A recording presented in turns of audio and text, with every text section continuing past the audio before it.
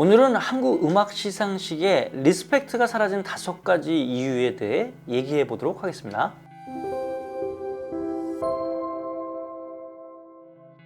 첫째, 가장 큰 이유는 시상식이 이제 너무 많아졌기 때문입니다. 원래 가치라는 것이 희소성이 있을수록 올라가는 것이고 흔하면 낮아지는 특성이 있죠. 사실 대한민국 시상식의 전통을 따져본다면 골든디스크와 서울가요대상이 가장 대표할 만한 시상식이고 무대의 퍼포먼스와 행사의 규모 그리고 출연진의 화려함을 보면 마마가 가장 대표적인 시상식이라고 말할 수 있죠. 그럼 저희 가온차트 뮤직 어워즈는 뭐냐고요? 저희는 대한민국 음악 시상식 중 가장 기본이 되는 시상식이라고 말하고 싶네요. 왜냐하면 국내 대부분의 음악 시상식이 저희 가온차트의 데이터를 기본으로 사용하고 있기 때문이죠. 하지만 가온차트가 시상식을 개최하기 이전에는 골든디스크, 서울가요대상, 마마, 멜론뮤직 어워즈 이렇게밖에 없었는데 가온차트가 타 시상식에 데이터를 제공하기 시작한 뒤부터는 시상식이 많이 생겨났죠. 그리고 이렇게 시상식이 많은데도 내년에 음악 시상식을 새롭게 개최하려는 플랫폼 사업자나 언론사 등이 있습니다. 저희한테 제안 주신데도 한 두세 군데 돼요. 아무리 K-팝이 핫하더라도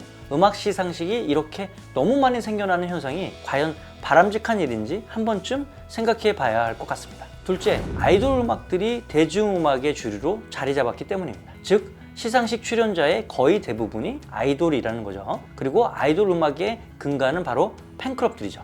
팬덤이라고 일컬어지는 이들은 사실 본인들이 좋아하는 가수 이외에는 상당히 배타적인 성향을 가지고 있는 게 특징이죠. 그래서 아이돌 가수와 팬덤들은 종종 다른 가수와 팬덤을 경쟁 관계로 인식하기도 하죠. 그런데 이게 어제 오늘 얘기는 아니죠. 1972년 당시 최고의 가수였던 나훈아 씨는 공연에 참석한 취객의 병에 맞아 왼쪽 뺨에 깊은 상처를 입기도 했죠. 또 이태리 보면 당시 라이벌 관계였던 가수 남진의 사주를 받았다고 얘기해 양측 팬덤 간의 갈등이 엄청났던 것이 기억이 납니다. 이러한 팬덤 간의 과열 경쟁은 사실 대중음악이 가지고 있는 숙명이죠. 다만 이러한 팬덤 문제가 만연한 가요계보다는 좀 더 다양한 음악 장르가 존중받을 수 있는 그런 가요계가 되었으면 합니다. 셋째, 현재 K-팝 아이돌의 음악의 특성 때문입니다. 저 개인적인 생각으로는 이런 K-팝 아이돌 음악은 예술 장르를 스포츠화 시켰다 이렇게 생각을 합니다. 거의 비슷한 구조의 멤버 구성, 음악, 팬덤 문화, 거의 같은 작사 작곡자, 안무가,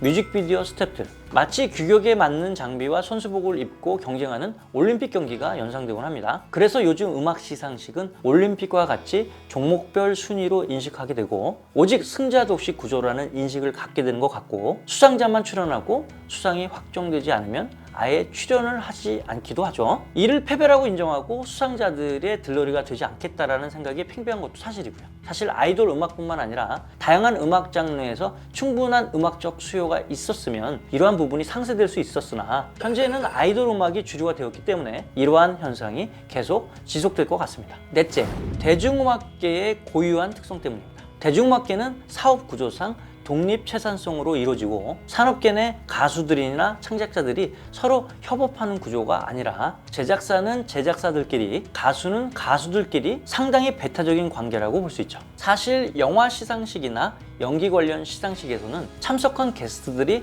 상당히 친하고 많은 교감이 있다는 걸 느낍니다. 왜냐하면 아무리 유명한 주인공을 하는 연기자라고 할지라도 영화나 드라마 속에서 주연부터 엑스트라까지 각자의 배역이 있기 때문에 서로 협업하는 것이 자연스러운 산업 구조죠. 반면에 K-팝 산업은 어떨까요? 특정 가수가 다른 가수와 협업할 일은 거의 없다고 보면 됩니다. 그러다 보니 교류가 없고 심지어는 개인적으로 친분이 있을지라도 시상식에서는 오히려 눈치를 보면서 부자연스러운 광경을 연출하기도 하죠. 다섯째, 영원히 해결될 수 없는 시상식 엔딩 무대에 대한 경쟁 때문입니다. 이건 비단 우리나라 문제만은 아닙니다. 일본의 유명 연말 프로그램이나 미국이나 영국도 탑 가수들 간의 엔딩 문제로 인해 갈등이 종종 있곤 하니까요. 국내 시상식에서도 엔딩 무대가 가지는 의미 때문에 시상식의 출연 가수 캐스팅, 심지어는 시상 내용을 변경하는 등 문제를 발생할 때가 많았죠. 사실 국내 음악 시상식에서 이러한 경쟁을 촉발시키고 심화시킨 이유를 찾아보자면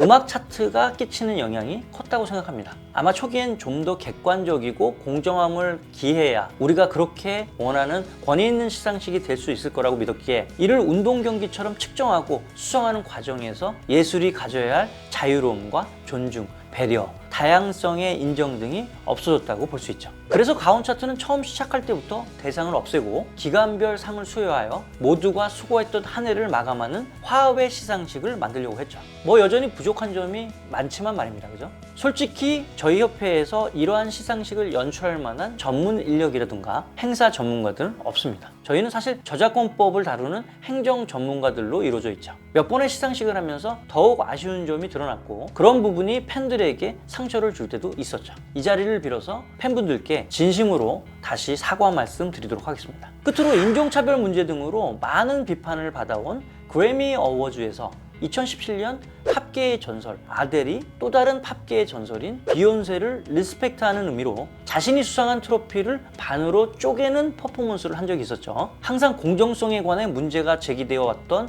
해당 시상식에서 서로를 리스펙트하는 광경을 연출하며 시상식의 품격을 격상시킨 이 장면은 저는 지금도 잊을 수가 없습니다. 서로가 서로를 리스펙트하는 또 배려가 가장 중요한 가치가 되는 시상식, 그러한 멋진 장면이 언젠간 저희 가온 차트 뮤직 어워즈에서도 일어날 수 있도록 저희는 매해 최선을 다하겠습니다. 자, 오늘은 여기까지 하겠습니다. 감사합니다. 구독, 좋아요, 알림 설정까지 부탁드립니다.